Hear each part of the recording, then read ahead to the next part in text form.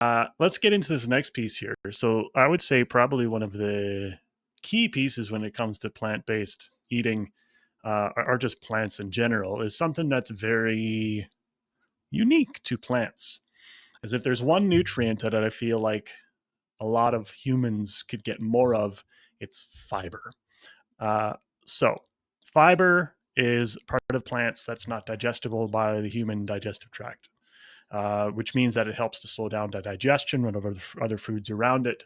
As a result of slower digestion, you get slower absorption, which means more stable blood sugar levels, keeps you full for longer.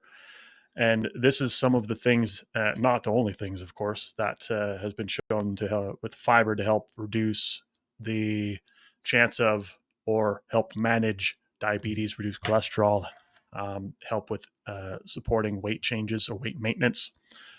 So, Roshni, how much fiber should people be aiming for, and how does plant-based eating help with this? Okay, this is a hot topic because I always get this question from clients. So I'm gonna, with anything in nutrition, give you a bit of insight, some guidelines, but then put that exception in on how we can customize it for each individual that's listening in on this podcast.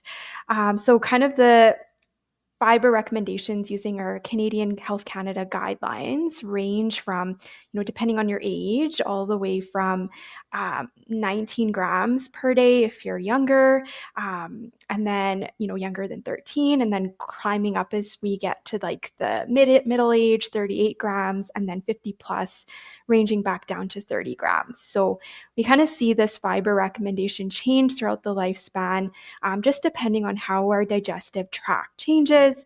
And also, I would say it's never always linear. So we'll talk about some benefits of fiber, but I think with gut health, it's always about finding where you feel most comfortable and that fiber level where you feel like you're reaping the benefits, but it's not uncomfortable. And always doing it gradually, because I, as much as it's exciting to say let's get to it, hit that 30 grams of fiber per day, we really want to take our time getting there because fiber is so powerful.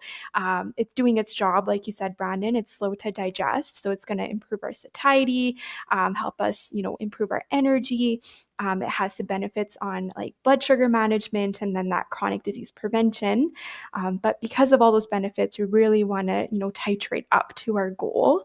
And so, yeah, like kind of hitting that range of that, I guess, 19 all the way up to 35 grams per day.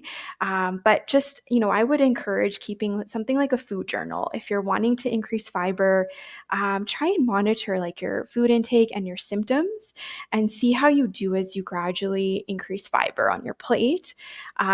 Whether that's like, as Mel mentioned, through some of those lovely fruits or vegetables or whole grains that you're trying, those beans, pulses, lentils are great sources of fiber.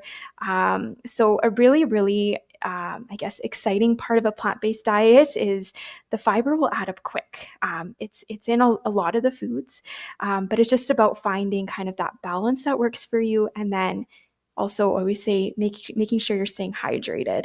Because when we bump up that fiber, you want to make sure it's a little bit of a seesaw, that we're getting enough of that white water that helps absorb it. And that brings me into, without going too much into detail, just a little note about the types of fiber.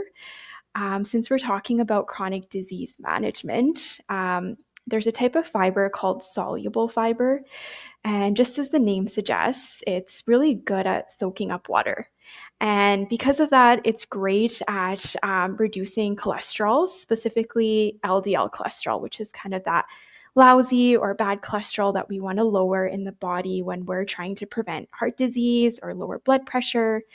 And so we really suggest having at least 5 to 10 grams of soluble fiber in a day within your overall target of 30 grams per day. But again, that target can kind of flex depending on what you're tolerating and the amount of fiber that you feel you're best at. I like soluble fiber. This is the one that you'll see a lot of people, or not a lot of people, a lot of products in the grocery store that will probably say helps reduce cholesterol. Like it's like oats or oat products, cereals that are made of oats.